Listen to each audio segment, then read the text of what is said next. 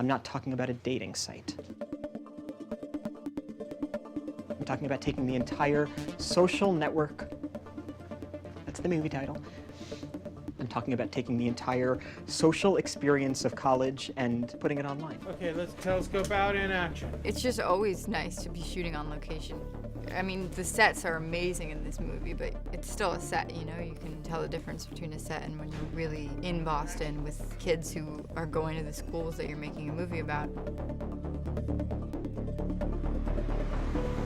Whenever there's something that might be a damage to his ego, just splash it right on. It's like quickly put out that fire. Of course not. I don't like rowers, giant, strong, rippling biceps. The third and fourth days of filming, we filmed the first scene of the movie, and it was probably the greatest experience I've ever had as an actor up until that time. And Jessie, when she says, we're not dating anymore, I'm sorry, is this a joke? Really, everything needs to stop, and I need to really focus on this for a second, and I really need to understand what it is you just said. And it doesn't have to be fast. I mean, you want to be on top of it, but speed-wise, you can modulate that down, so it's like, oh, take it easy. Because that's almost more annoying. When somebody goes, take it easy, you go, oh, they care. It's like, whoa, take it easy. Oh, it's like patronizing. And it's not intentional, it's just like, you're hysterical. You know, it's like you just want to go, no, but I'm gonna be. Give me 5 seconds. It was really, for me, like kind of finding who the guy is who I'm going to be playing for the next few months. And unfortunately on this movie, I haven't had that same great feeling of discovery and creativity. That was really like the peak.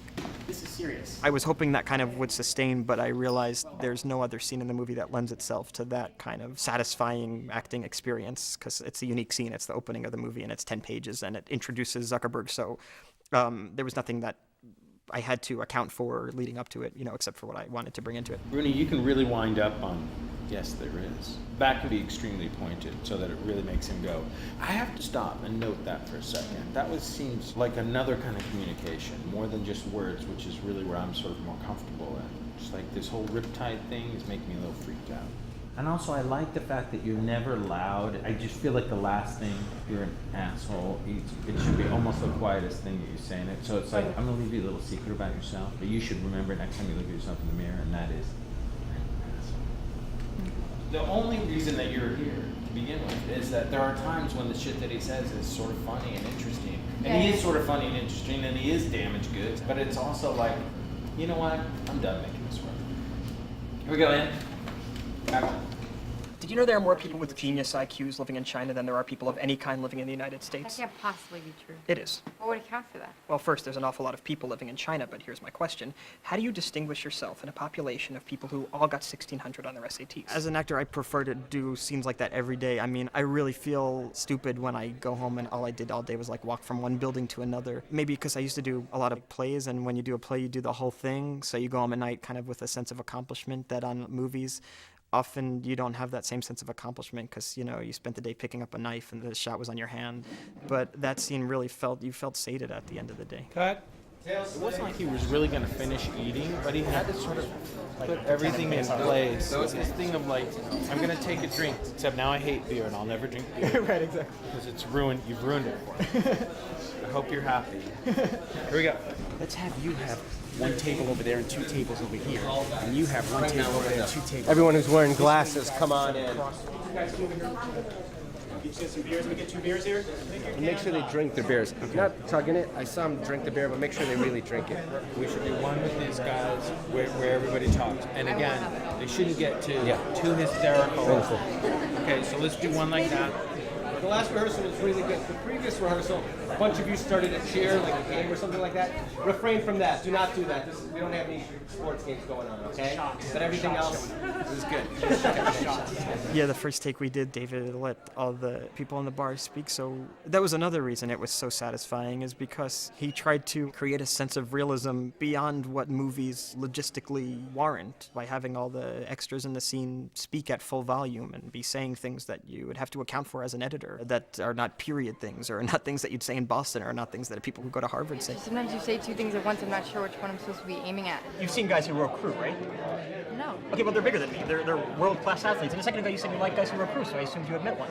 Well, I guess I just meant I like the idea of it, the way a girl likes a cowboy. For me and Rooney, it lent this great sense of, at its most base level, having to speak at a high volume, but at a more psychological level of feeling like you're actually in this bar and feeling like you're actually kind of yelling at this girl who's breaking up with you, and it's confusing, and you're hearing other people talk, and that's confusing too. And all that stuff kind of adds to the full experience of it. And we did it 99 times. We didn't do it 100 times for some reason. He didn't want to do it one more time just to hit 100. But yeah, I loved it. Every time I've done a movie, I'm like, how are we only doing 6 takes of this? Well, the only thing we have left tonight is the close-ups. And then what? And that's it for tonight. And then Tomorrow we have tomorrow we'll do the POV of the door guy. But we're done with the dialogue, really? After tonight? Yeah. Oh, wow. Okay. Yeah, I mean, we're getting through it pretty fast. Oh, good. Okay, good. Good. It's kind of scary because as an actor, you always want it to be new and fresh and to feel spontaneous and real. And you're like, well, God, like after 10 times, how is it possibly going to feel spontaneous? But like it really, even at take 99, we were like, let's do one more. Like it never felt stale. It always felt really fresh. And I think that's because we were getting so many notes. Try to help him along. Okay. Try to help him have a good time. Okay. And is it anybody or everybody? Is the Final Club that's easiest to get into the one where... Anybody. Anybody, yeah, I think you're saying everybody. Okay. There was going to be no improvisation on this. You can't do that with this kind of script. It's just a little too dense and language-oriented. There's got to be a precision of language while casualizing the language. Yeah, no, in. What is that supposed to mean? Wait, take it easy. What is it supposed to mean? Erica, the reason we're able to sit here and drink is because you used to sleep with the door guy. Okay. You know that opening scene? We shot both of our coverage at the same time. Tilt up. You kind of have to do that with Sorkin's dialogue because there's a lot of overlap and it's happening really fast. Come on. I have to go study. You don't have to study. You don't have to study. Let's just talk. I can't. Why? Because it's exhausting.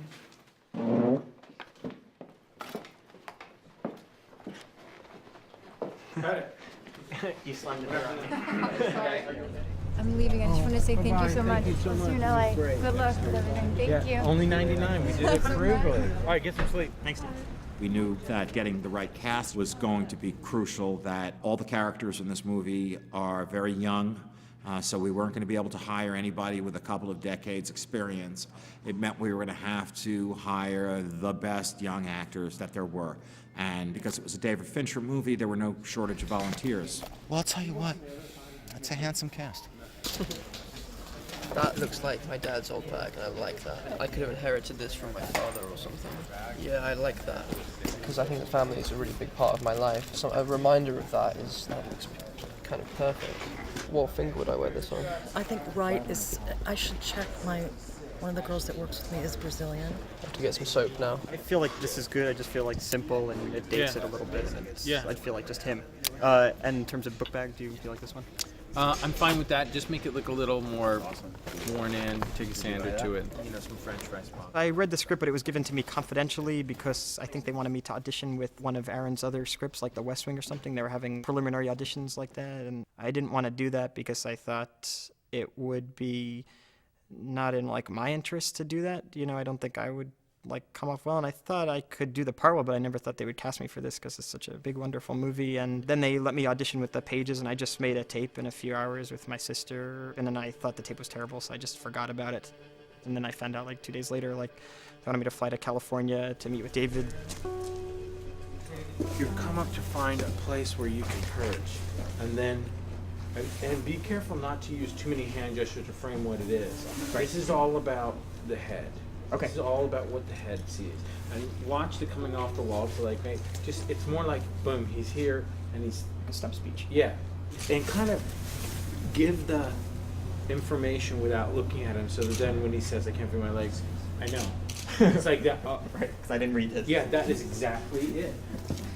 The character is very bright, very introverted, which often appears as disinterested or kind of dismissive of those he's with, but his own mind is just working in a different way, whether it be more quickly than the people he's speaking with or just thinking about other things. He's distracted, but not in a way that hurts him. He's just distracted because he's so focused on things other than what's happening right in front of him.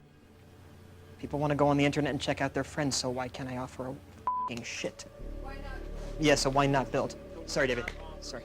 Yeah, I've watched everything that's available to watch. I've seen every picture that's taken of him.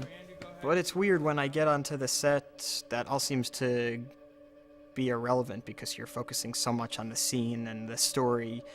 And that seems to always take precedence. So I had plans of how I'm going to set my jaw and how I'm going to speak and all this stuff. And you get it in there a lot, but those little, they're called like externalities in acting school. Those sometimes just get in the way and they're not helpful to the story, and it's just showy in the wrong way.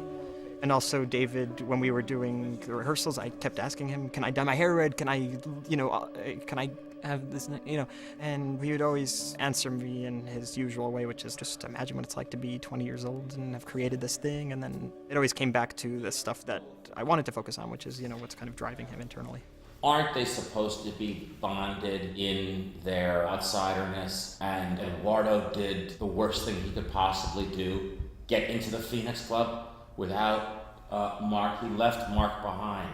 I think that's a big part of it, that Eduardo went and got cool. An unspoken crime is being committed here. Wait a minute, but the unspoken crime has to do with the inequity of the universe. This college experience is not about it's all open to you because you got into Harvard. That was all a lie. So he's seen the travesty of the whole thing, which is I worked and worked and worked and worked to do this thing, and now I'm here and now I've got to work to do this other thing that I've never put any time into, which is how do I tie full Windsor? How do I go to a cocktail party? I don't know how to do that. And he walks into this Caribbean party and he goes, Absolutely. I gotta get out of here. He looks at the lamest party in the world, and then Eduardo, I got something I gotta talk to you about. okay, it's like a final club except we're president. Except we're president. That's it. I just don't think that Mark soon forgot that while he was inventing Facebook, Eduardo was punching the Phoenix. That's fine. But if you woke him from a dead sleep and shook him by the lapels and said, why do you f***ing hate Eduardo? He would say, I don't hate Eduardo. Right. It probably was a diversity thing, but so what? Okay, and I want to make that so you're so cold you don't want to move, because when you move the camera moves. Yeah, no, that's and then nice. it's like, yeah, no, good. It sounds really good. Yeah, right. And then when you're here, he says there probably was a diversity thing, so what? And it's like, okay, I don't really know how to feel, but I'll feel differently about this, I'm sure, 5 years from now. Yeah, sure. Yeah, sure. I don't mind the cold, right? Because Zuckerberg doesn't feel anything. Yeah, he doesn't feel anything. One of the first scenes we filmed in Boston was where I come up with the idea for Facebook and I'm explaining it to Eduardo outside, and we were actually filming it in freezing New England, and it just lent so much to it. Holy shit, it is cold. That's great. Keep your warm boots and stuff on. We're going to do a walkthrough. Okay. Oh, you need ridiculous hats. So. What do you mean ridiculous? I look good in this shot. Right? No, You're making me look cool, right? Yeah. How's that? I think it's truly terrible. In a fantastic epic way. Epic. It's epically terrible. Oh, can I have my slipper? Yes, sir. Thank you. What I like to do in a rehearsal process, we didn't do with David or Aaron, was I like to get into my character and talk to the other actors sometimes in the character. So after rehearsal one day, Andrew and I stayed, and for like an hour we just would talk, and it really got me into Zuckerberg, and I find that to be very helpful. And it also was helpful for me working with Andrew, because then you can kind of bond more easily, because this is somebody you've never met but you have to have an intimate relationship with that has to be credible and has to be real. How was I in that little In the note session? in that allowed take session? Amazing. Is that right? You were really responsive and kind of obedient. I was trying to listen and be open, you know. You looked like you were listening, but without listening. You looked That's like exactly you were, what I was going for. You Thank looked you like so you were much. trying to look like you were listening. You know, just saying that to make me feel good. I was trying to make you feel bad. You confuse me now. When you're creating a relationship with someone for the purposes of a job, there's an element of it that feels false. But with Jesse, from my perspective, it's felt very organic, very natural, honest. And I'm extremely lucky that I had to pretend like he was my best friend. It's very easy for me to do, I have a lot of love for him, a lot of genuine love for him.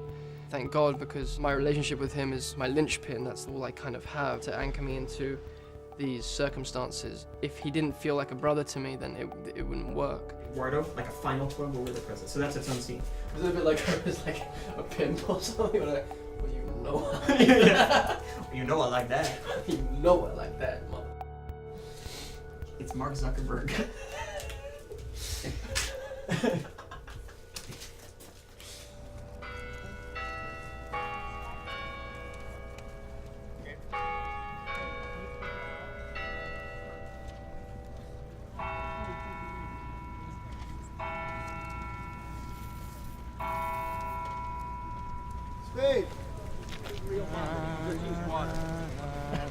What are the 3 lies? Mr. Dowd. The first, shit. I was preparing to expose the entirety of my body to whoever was on set that night. Mr. Sabrin. 1. Harvard was founded in 1636, not 1638. 2. Harvard was not founded by John Harvard. 3. That is not John Harvard. Who is it? Friend of the sculptor, Daniel Chester French. You can keep your jacket on. Cut, moving on. Cut. It was also like one of my first days, my first night shooting, so I was, I'm just gonna, yeah, everything, I'm fine. I can do this fully naked. I could, whatever. Like, I'll do it standing on my head. But then David, he was very kind. Maybe he could see in my eyes the fear that was kind of like betraying my external attempt at feeling okay with the situation. He's gonna keep his clothes on. Yeah, they're gonna be. Oh, really? He let me off very, very easily. I think I had my tie off, and that was it. I think your tie is on the ground. Oh, that's so humiliating. Yeah. No, I mean, it's you drop some. Your bra. Your bra would be gone. The energy was kind of low amongst us. Like, it didn't feel like a frat party. It didn't feel fun. But there was the guy at the end of the row who had to puke up, and that was constantly funny. Even after David's 150th take, that was still an Aaron Sorkin gem. Yeah, well, I don't think he should throw up for that long. Okay, we're getting to throw up like that, and that's what's kind of taking our eye. Don't go as low. That last one. Earlier. No, just throw up. That's the joke. Oh, that's disgusting. Cut. Very nice. Cut.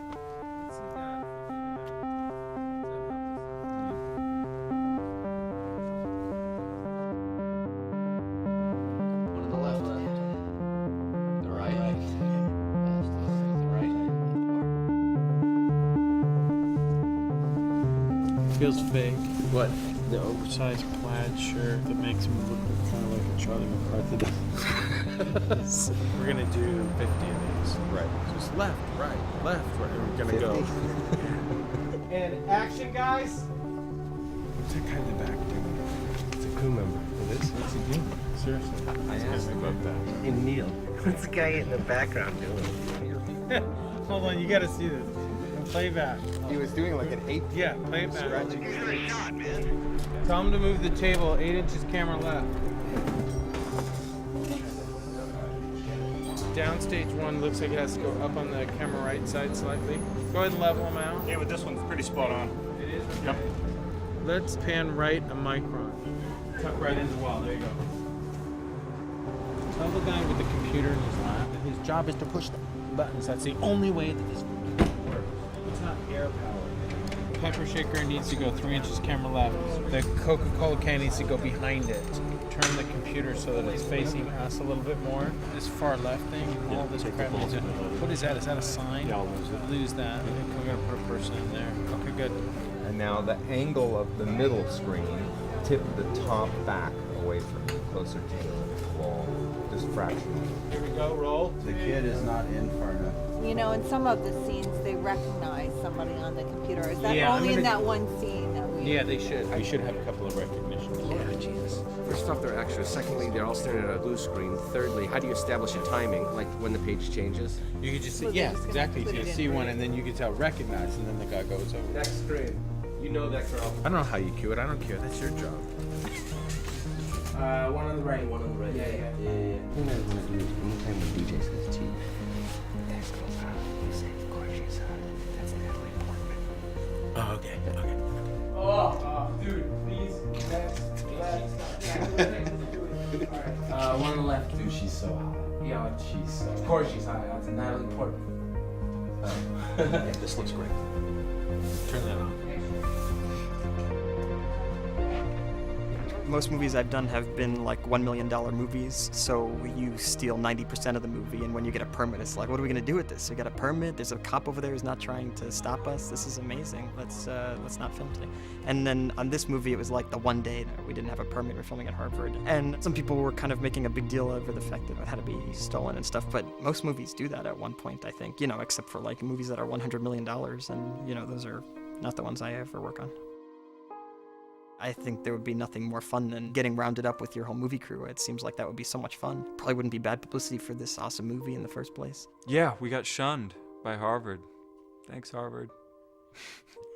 I think it's because I went to Dartmouth, honestly, and they can't deal with that. I'll never forget seeing the breakdown. They're looking for an Ivy League rower. I went to Dartmouth, I rowed there. I rowed for 3.5 years in high school. So I went out and hired my old rowing coach. We went out and made a tape of me sculling out in the Marina Del Rey. I was throwing the whole arsenal at him. They said Fincher was doing a new movie, and I was just like, I have to figure this, I have to be involved. And then my agent was like, well, it's a good thing you think so, because there's a part for a guy that's 6'5" in it. Are we on? You know, I went in and actually auditioned with Josh. He was there with me when I read, so I was under the impression that, you know, we were both just going to play one of the twins and they'd be fraternal. So, Army. Yes, Josh Pence. How you doing? The cleanup good. Well, I was going to say something different, which is they could be fraternal twins. Initially, the idea was that there might be one person playing both, I'm older. Or they'd be fraternal, identical. We didn't know, so when we came in, we had to learn, you know, 25 pages of the script as both characters. Yeah, for her. Can you kind of throw it over your left shoulder? Good to hear. Yeah. Okay, great. You ready on witness cam? Ready. We're ready? Okay, and we're in sync. Do we have synchronization? You ever been inside the porcelain? No. I think before we went in and read for Sorkin, my agent called and said that there was a possibility there was going to be this whole face replacement deal going on. And I threw the phone through the wall and started throwing up and crying. And I was happy to be a part of this regardless. There's definitely a moment where, of course, you're like, really, that's going to be the situation? That could be the situation? And then when you get over your ego, you just realize that it's a no-brainer. You know, to work with David Fincher and to work with Aaron Sorkin and everybody else, I mean, it's just such a talented cast and crew. To be part of that would just be like an honor. It's an eye-safe medical-grade laser. The optics, the cameras actually pick that up, and the undulations of that line create a digital model. I think I caught half of that. You got yeah. That sounds pretty awesome. Where am I going if you put me in that thing?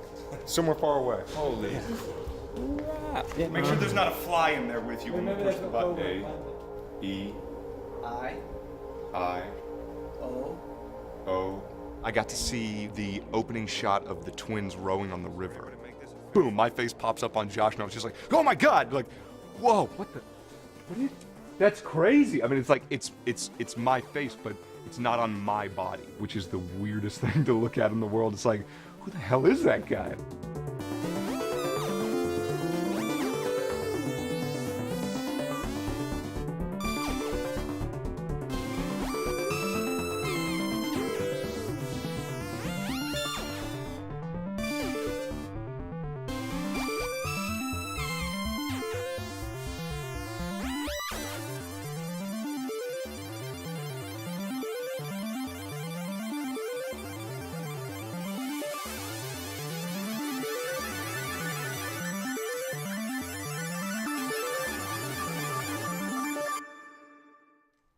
I had no idea how much rowing could kick your ass. I mean, it's the hardest thing I've ever had to do physically. We worked with Don Regan out of the Loyola Marymount Boathouse down in Marina Del Rey about 4 or 5 days a week prior to production, and just had our asses kicked every day. I mean, Josh, less so than myself, he was an actual rower at Dartmouth, but I jumped into this and I'm like, yeah, it's all about just using your arms, right? Yeah, I can row, sure, why not? I got out there and the rowing coach was like, you're not in shape. You might be in shape, but you're not in rowing shape. And I quickly found out that that is a totally different thing. Army, try to loosen up your grip a little bit more. We're already wanting to pull. We're already in this. From here? Yes. Okay. Army picked up things very, very quickly. And rowing is a deceivingly difficult sport. To me, it's the quintessential team sport. There is no room for being out of sync with each other. It requires you to be just so focused, so in the moment, you know, which is like acting.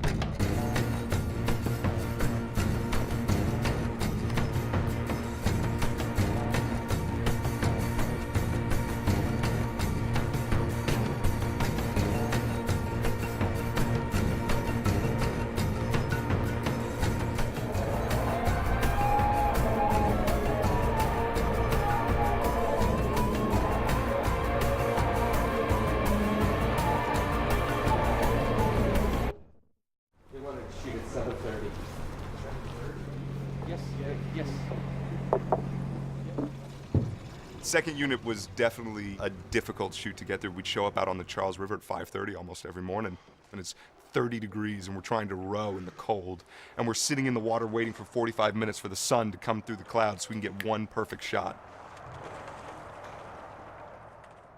The craziest part about it was having this rig on a boat that completely changes the way that the boat naturally moves. You know, so much of rowing is feel. It's such a finesse sport. And so what happens once you put this rig on the boat, suddenly all of that run is gone. So it was like deadlifting over and over again, because you take a stroke and by the time you get back up to the catch, the boat's almost stopped again. So it's almost like you're at the starting line every single time.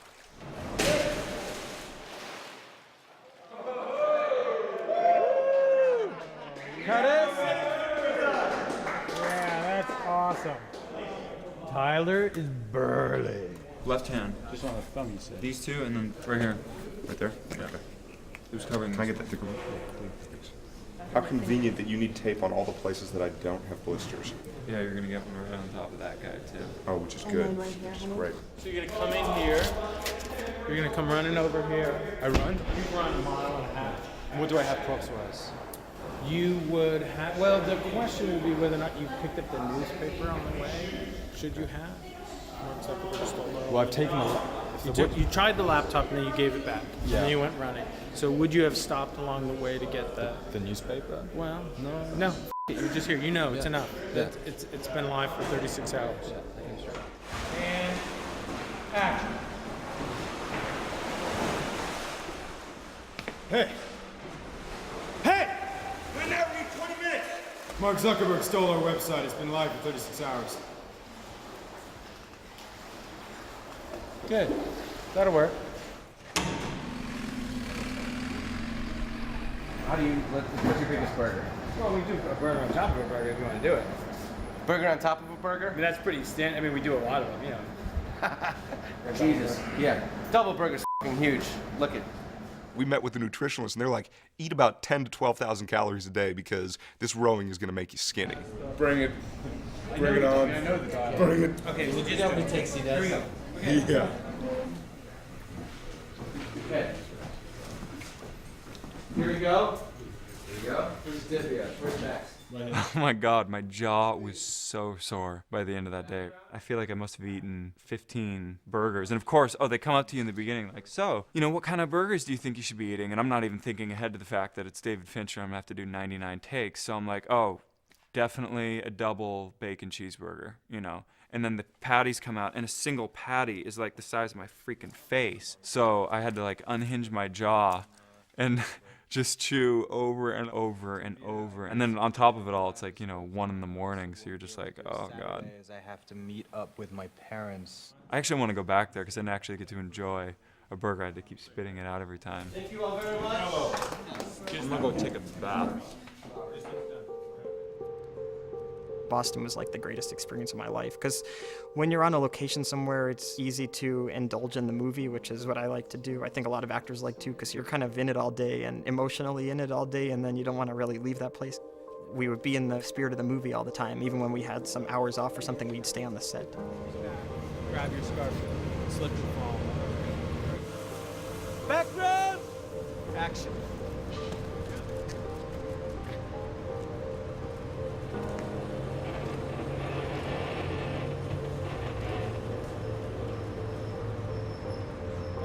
And then we came back to LA, you know, didn't feel special anymore. Thank you all very much. Thank you, Boston. That is a wrap. Wrap.